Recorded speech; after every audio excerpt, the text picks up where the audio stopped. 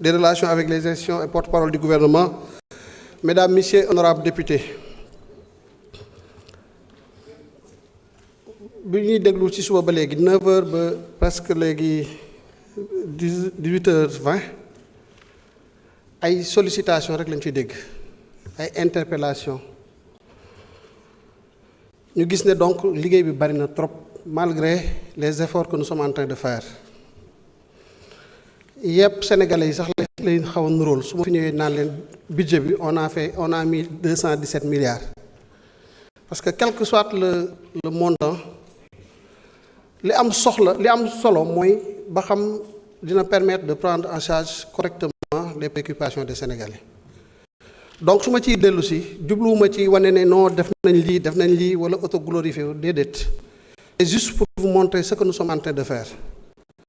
après nag loolu nekk un point de départ pour ñu amale waxtaan bu gàtt bu gaaw boo xam ne am naa yaakaar ne bu ñu ci jógee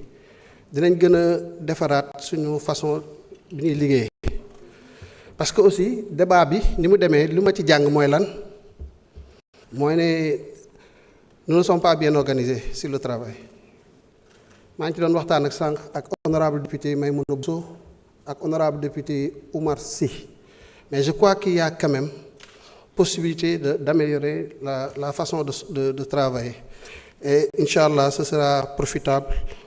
à tous les secteurs que nous sommes en train de revoir donc budget bi 2026 217 milliards la ni ko ministre de la santé waxee et de l'hygiène publique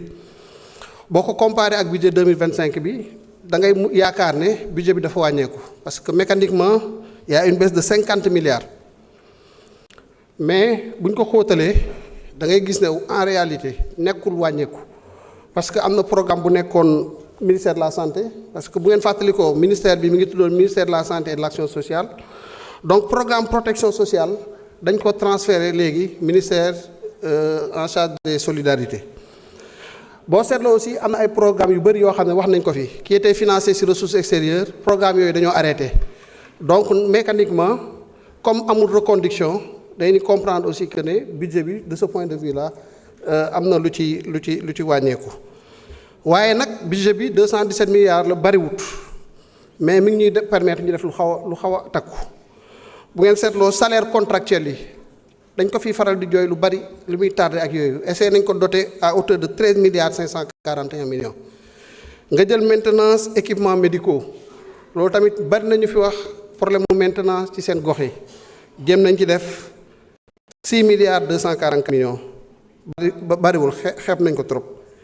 recrutement 2500 agents loolu tamit lu ñu dégg ci jooytul la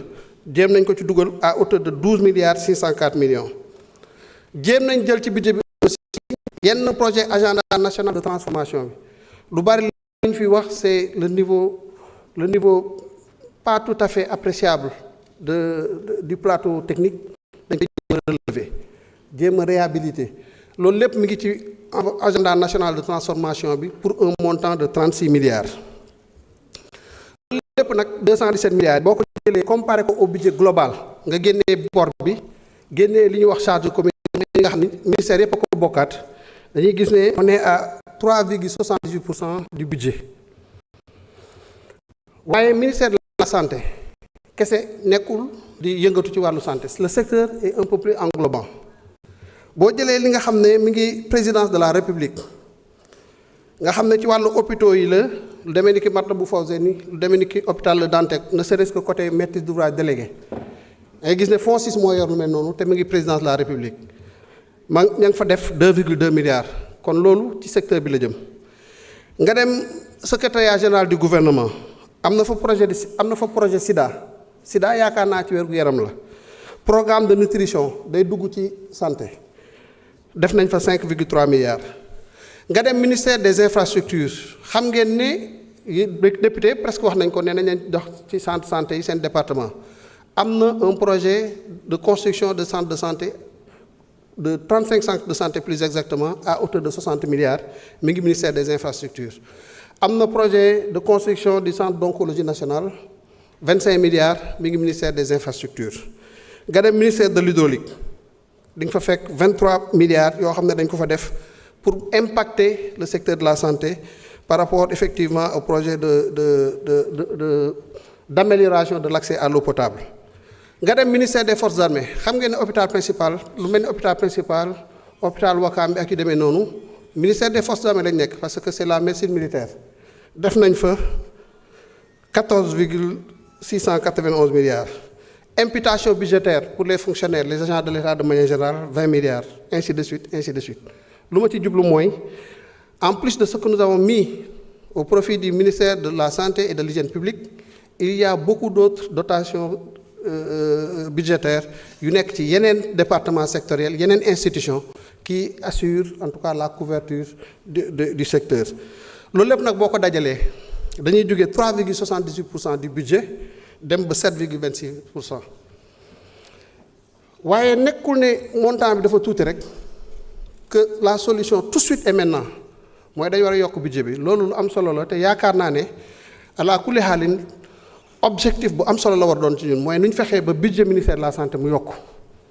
waaye am na beneen sujet boo xam ne war nañ ko poser mooy 217 milliards yi ñu jot a amagun ndax ni ñu koy dépenser ñoŋ na est-ce que ni ñu koy dépenser c'est optimal c'est une question qu'il faut se poser te ni ma gisee débat bi ni muy amee fii man jàpp naa ne jaaduwul ñu ñëw fii toog fi 9h ba 18h30 kenn ku nekk di wax sa département te béy wéy na mbuus wala daanaka béy wéy na mbuus parce que li ngeen andil c'est important xaar leen ba ma daaneel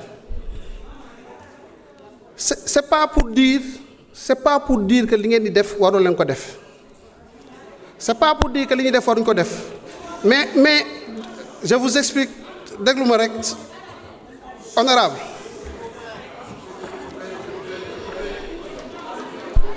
S'il vous plaît, chers collègues, je vous en prie, laissez le ministre terminer ses explications. Olof nee na balaa ngay fël. S'il vous plaît, chers collègues. Olof nee na balaa ngay fël laissez le ministre quand même terminer ses explications. wala sàmm xaaral ba xam la muy walis. S'il vous plaît. voilà léegi lu tax ma wax loolu. c'est bien parce que ça permet véritablement de cristalliser l'attention. xam ngeen lu tax ñu war a ñu améliorer suñu façon liggéey li may wax nii pour yéen laa koy waxal parce que andi nañ leen budget boo xam ne ñu ngi ciy liggéey li ngeen wax ni yëpp dañ koy jël en compte déwén la jëm wala au fur et à mesure ñuy xool ajusté waaye am na xeetu liggéey boo xam ne bu ñu ko defee danañu permettre ñu gën a mën a jekku liggéey bi ba nga xam ne bu ñu fi ñëwee débat bi ni mu nekkee nii du demee noonu. parce que en amont adressé nañ yenn questions yi te loolu mooy liggéey bi nag mooy liggéeyu commission il y a des commissions à l'Assemblée nationale commission secteur bu fi am rek commission à l'Assemblée nationale dëgg loolu dëgg léegi invite bi mooy lan te loolu seen bopp ngeen koy defal mais ministère des finances ngeen koy defal tamit mooy ne au niveau des commissions là il faut ñu convoquer ministère sectoriel yi. Le budget, le projet de loi de finances, ce n'est pas le plus important ci budget. Budget dafa am nu ñu koy tëggee am na une lettre de politique sectorielle yi war nañu fexe ba débattre de la pertinence des orientations au niveau des lettres de politique sectorielle am déet veiller à l'arrimage à l'agenda national de transformation. Le travail se fait au niveau des ministères waaye am na loo xam ne mën ngeen ñu ci dimbale ñu joyanti ko buñ weesoo loolu lettre de politique sectorielle yi moom moo sécrété les programmes budgétaires yi ngeen di discuter ni du dëgg programme budgétaire yooyu bu ci nekk am na un responsable de programme bi liggéey na ci programme bi am lu ñuy wax un projet annuel de performance xam nga projet annuel de performance mooy lan téere la buy tënk ne sama objectif ci politique publique bii lii la léegi damay am ay action yoo xam ne moom laay tànn action yi su ma dajalee action yi am yépp ci benn programme ba réaliser ko war naa atteindre sama objectif action bu nekk am ay activités yu bari yoo xam ne bu ñu leen réaliser war nañ atteindre au moins l'action en quelque sorte léegi est-ce que fii tey man wala wóoruma ne député yëpp mën nañ wax ne bu ñu jëlee benn programme ministère de la santé ñu réaliser toutes les activités du programme ak action yi est-ce que vous êtes certain à 100% que objectif bi ñu fixé danañ ko atteindre tey jii nii le travail tel qu'il est organisé ne nous garantit pas que am nañ efficacité boobu. Or su fekkoon ne te li may wax dama koy wax pour fi ñu jëm mais pas sous forme de critique mais pour fu ñu jëm c'est les différentes commissions yi am fi nañuy woo sectoriels yi nañuy waxtaane seen projet annuel de performance. ci projet annuel de performance yooyu am na ci ay cibles ne déwén dinaa def lii ak lii ak lii indicateur bi tant pour cent la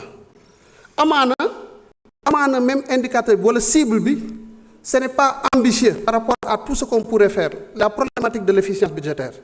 Parce qu'une chose est d'avoir une efficacité, une autre chose est de s'assurer de l'efficience. Moi, si je amee junni jënd garab bi, si je amee 3 000, est-ce que je peux ci am? Économiser 2 000. C'est ça l'efficience. Liggéey boobu nag malheureusement ce cadre-là ak ni ñu organisé wu du ñu permettre ñu réaliser ko foofu laay waxee. léegi loolu suñ ko defee ministère yi ñëw jaabante kenn ku nekk ak secteur bi mu bokk ak accompagnement commission des finances ñu def débat boobu ñu dem ci document de programmation pluriannuelle des dépenses lan la fa ministère bi prévoir def foofu ngay lijjante kii wax Koungheul la fa bëgg kii wax Médina Yoro Foulah kii wax Salémata et ainsi de suite. Carte sanitaire par exemple ministère de la santé am nañ xarañte am nañ xam-xam bu ñu ko defee mais du ñàkk toujours que mu am ay détails yu leen di rëcc ci gox-goxaan yi nga xam ne bu ñu ñëwee ci discussion boobu xëy na yenn députés yi dañ ne attention le rayon de polarisation de telle infrastructure mi ngi permettre de couvrir rayon de polarisation bi moo gën a problématique donc au lieu que ñu def infrastructure bi fii ñu defoon ko fële moom mooy gën a efficace ce travail est-ce que fii mën nañ ko fi amee fu laay waxee ma ne war nañu gën a organiser wu et ça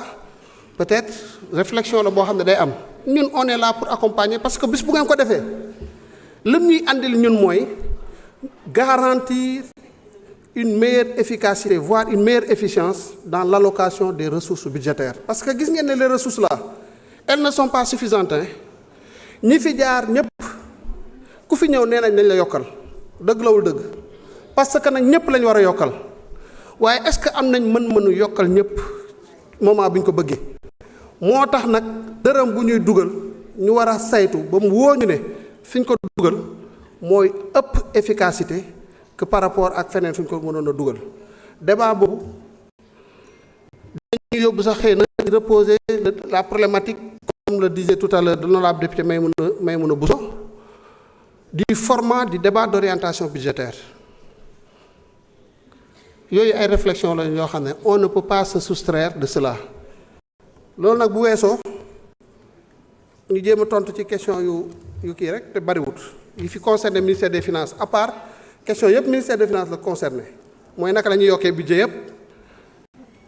service d'hygiène wax nañ ko pour la prévention lu wér a wér la waaye service d'hygiène nous avons trouvé le budget à 446 millions. Nous l'avons porté à 709 millions.